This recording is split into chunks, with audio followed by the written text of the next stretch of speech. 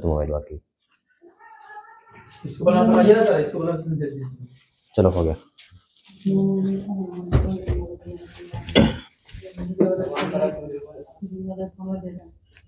IPhone मार दिया क्या आता है ना उनको पैसा लगा बोलो कितना का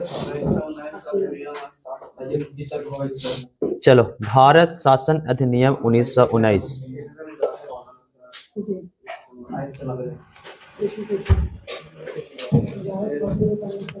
लिखो। भारत शासन अधिनियम,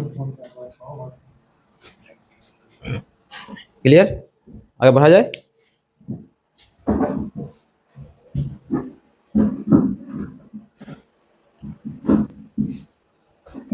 उसमें राजा थे जॉर्ज चतुर्थ।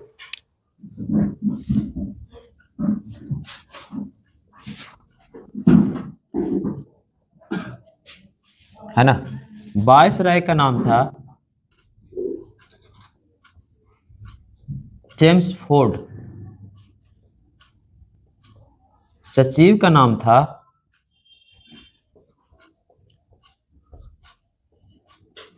मॉन्टेग्यू। इसलिए इसका एक नाम और मिलता है, उसको बोलते हैं मॉन्टेग्यू चेम्सफोर्ड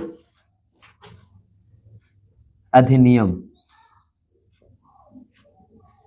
मॉन्टेग्यू चेम्सफोर्ड अधिनियम इसको बोलते हैं। क्लियर? 1919। अब इसमें क्या क्या प्रावधान थे, उस प्रावधान को हम लोग देख लेते हैं।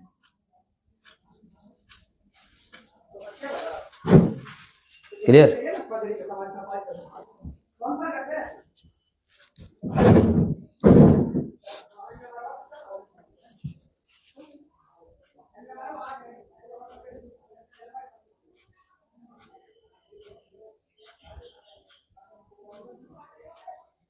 अब देखो इसमें प्रावधान कौन कौन है, ठीक। अब इसमें देखिए प्रावधान क्या क्या है। जो प्रावधान में पहला प्रावधान मिलता है कि केंद्र में द्वि सदन होगा। क्या होगा? द्वि सदन।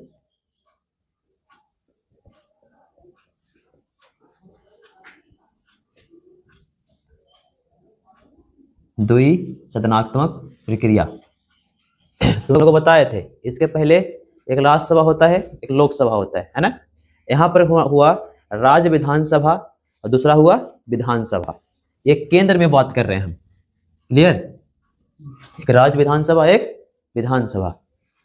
द्वि सदन हर एक राज्य में होता है, सॉरी देश में होता है। 6 राज्य में द्वि सदन है।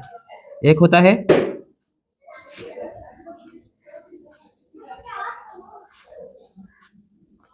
क्लियर, और एक है, सॉरी उल्टा हो गया।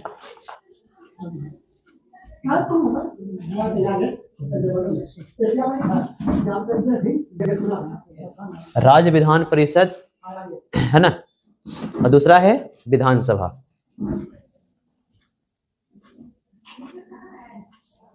क्लियर?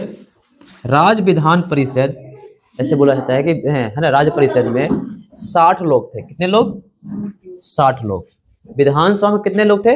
144 लोग। कितने लोग? 144।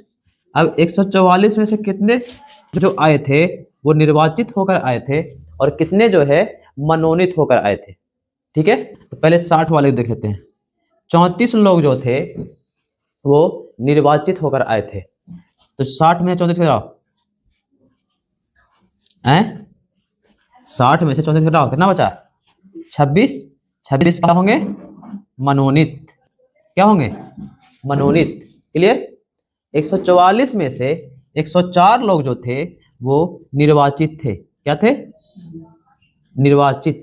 तो कितने बचे? तो 40 लोग। 40 लोग मनोनीत थे। क्लियर? यहां तक क्लियर हो गया? इसके बाद ही एक प्रावधान और हुआ, वो था मतदान।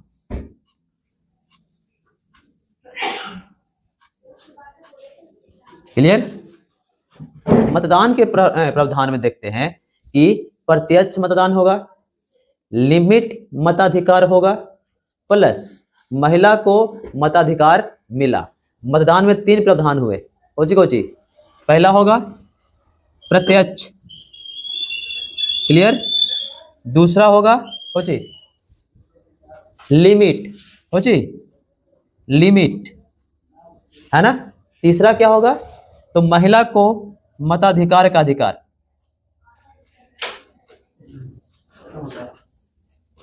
महिला को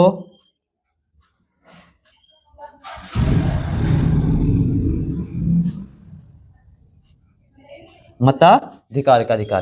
क्लियर हो गया ये तीनों प्रावधान में हैं?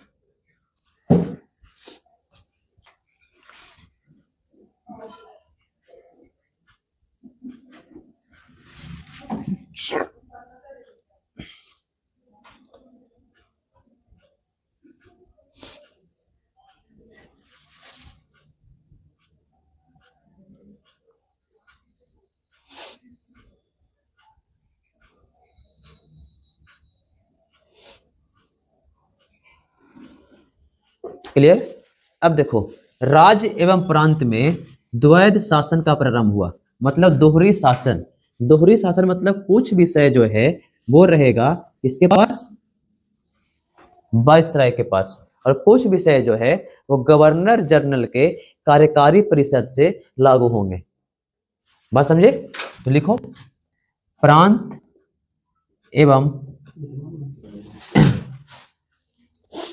एवं राज्य में द्वैध शासन का प्रारंभ हुआ।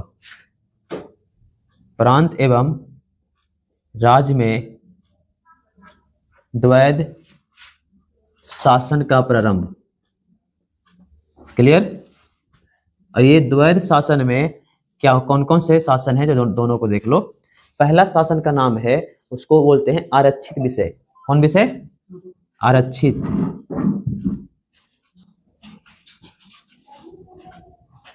क्लियर।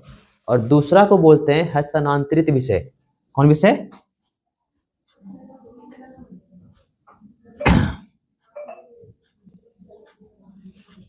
क्लियर। अब ये आरक्षित विषय किसके पास रहेगा और वो हस्तांतरित करेंगे, मतलब हमको देंगे, कौन कौन सा विषय देंगे ये यहां पर डिसाइड होगा। क्लियर। तो वायसराय के कार्यकारी परिषद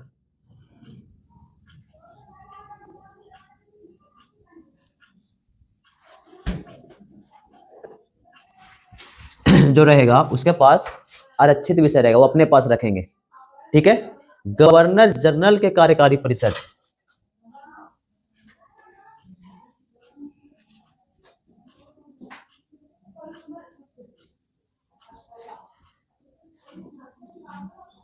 ये हैं हस्तांतरित विषय। और ये विषय में क्या क्या रहेंगे इसको भी देख लेते हैं। तो इसमें रहेगा राजस्व, न्याय, पुलिस। क्लियर। और रहेंगे वित्त। क्लियर। ये रहेंगे कौन से विषय में? आरक्षित विषय में। हस्तांतरित विषय में कौन कौन सा रहेगा? तो वो रहेगा स्थानीय स्वशासन,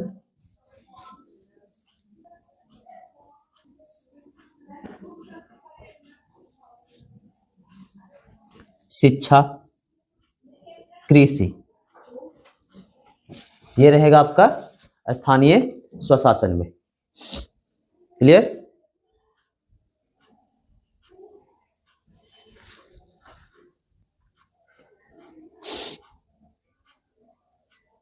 अगला प्रावधान है कि मताधिकार को 2 भागों में बांटा गया।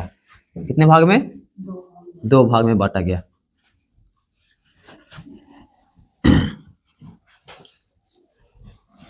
लिखो, मताधिकार को 2 भाग में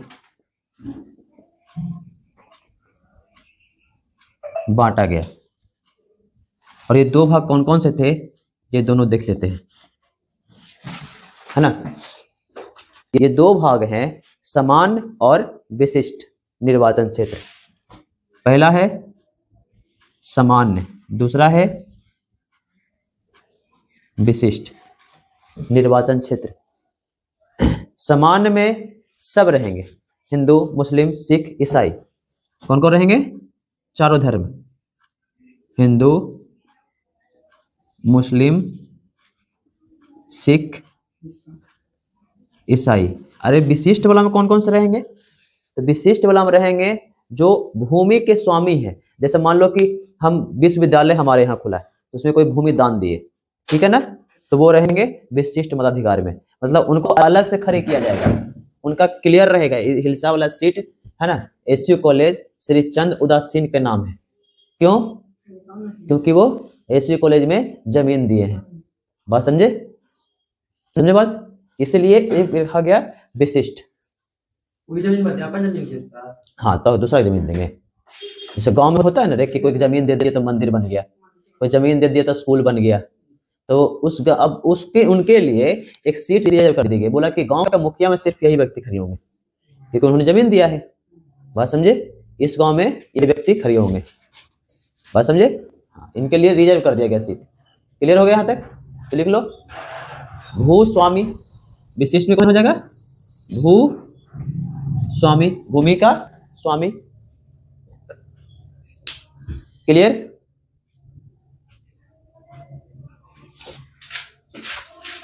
अब इसमें क्या किया गया कि एक और काम किया गया, यूपीएसई है ना, यूपीएससी का गठन किया गया।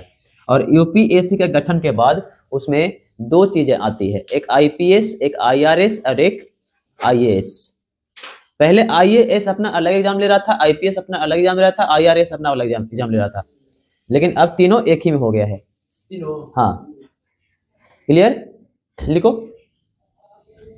यूपीएससी का गठन किया गया। तो पूछेगा क्वेश्चन कि यूपीएससी का गठन किस आयोग के द्वारा किया गया था? तो यूपीएससी का गठन ली आयोग के द्वारा किया गया था। यूपीएसई होता है। क्लियर?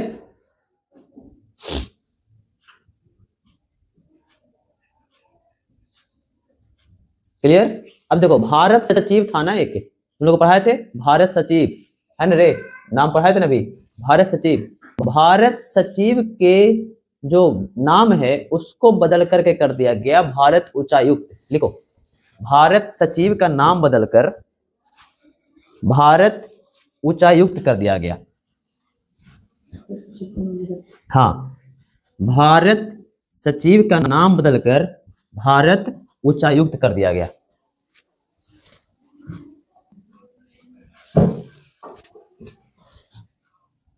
भारत उच्च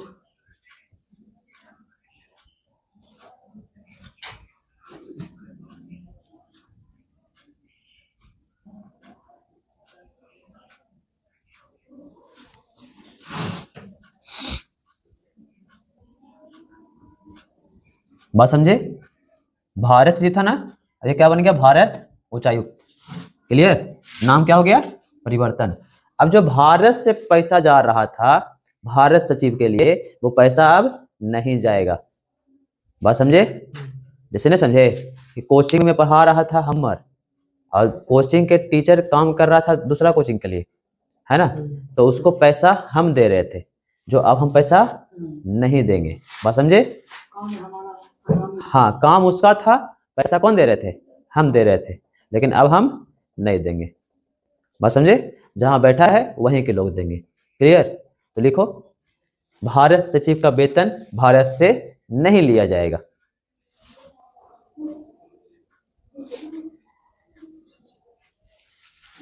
एक काम और हुआ, हाँ, भारत से नहीं लिया जाएगा। एक काम और हुआ, 1921 में, नवंबर 1921 कर लेना, नवंबर 1921 में नरेश मंडल का गठन किया गया। कौन सा मंडल? नरेश मंडल। अब ये नरेश मंडल क्या होता है? नरेश माने होता है राजा। बात समझे? इसमें टोटल जो थे, टोटल 121 राजकुमार ने भाग लिया। नरेश मतलब क्या होता है? राजा, है ना। इसमें टोटल 121 राजकुमारों ने भाग लिया, और वो 121 राजकुमार 121 रियासत के राजा बनने वाले थे। बस भाई, इसको बोलते हैं नरेश मंडल। एक काम और हुआ, साइमन कमीशन का गठन हुआ। साइमन कमीशन का गठन हुआ कब? 1927 ईस्वी में। एक नाम सुने ना, साइमन कमीशन, वापस जाओ, है नारा लगता था, है ना? हाँ, इसमें टोटल 7 सदस्य थे। कितने सदस्य? 7 सदस्य थे। और ये 7 सदस्य जो थे, ये क्या थे? अंग्रेज थे। कौन थे? अंग्रेज। तो इसका एक नाम और पड़ता है, इसको बोलते हैं श्वेत कमीशन। क्या बोलते हैं? काहे लगी कि सब अंग्रेज है तो उजला उजला होगा, उसका नाम कुछ रखा गया, श्वेत कमीशन।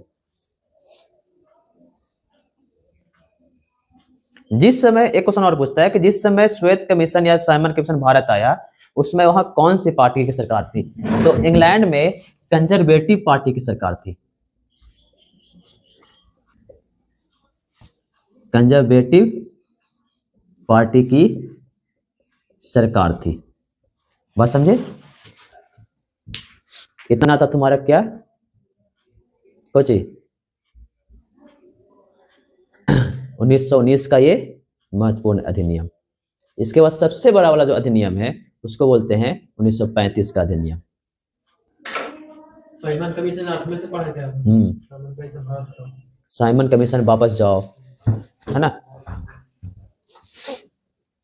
कहाँ मिला? ठीक तो है।